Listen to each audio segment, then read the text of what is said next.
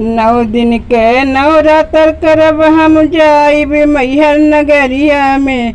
नौ दिन के नवरात्र करब हम जाइब मैहर नगरिया में। जाइब पाटन नगरिया में, जाइब जौनपुर नगरिया में। सुना है सैया पूजा करब हम 4 बजे भोर हरिया में। सुना हो सैया पूजा करब हम 4 बजे भोर हरिया में। अड़हुल फूलवा लौंग यौ नरियल लेबै चुनरिया में।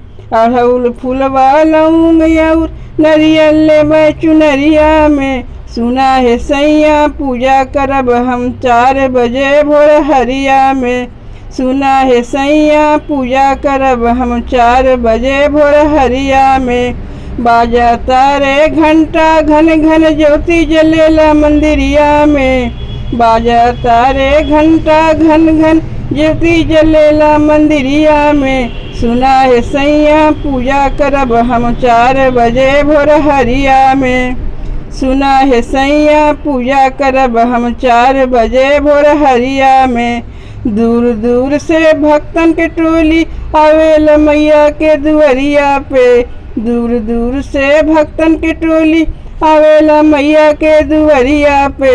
सुना है सैया पूजा करब हम 4 बजे भोर हरिया में। सुना है सैया पूजा करब हम 4 बजे भोर हरिया में। माई दुर्गा भवानी कहाली कर सिंह सवरिया पे। माई दुर्गा भवानी कहाली करेली सिंह सवरिया पे। सुना है सैया पूजा करब हम 4 बजे भोर हरिया में। सुना है सैया पूजा करब हम 4 बजे भोर हरिया में। अम्मा जयकारा लगाई गाई के मैया भजनिया में। अम्मा जयकारा लगाई गाई के मैया भजनिया में। सुना है सैया पूजा करब हम 4 बजे भोर हरिया में। सुना है सैया पूजा करब हम 4 बजे भोर हरिया में।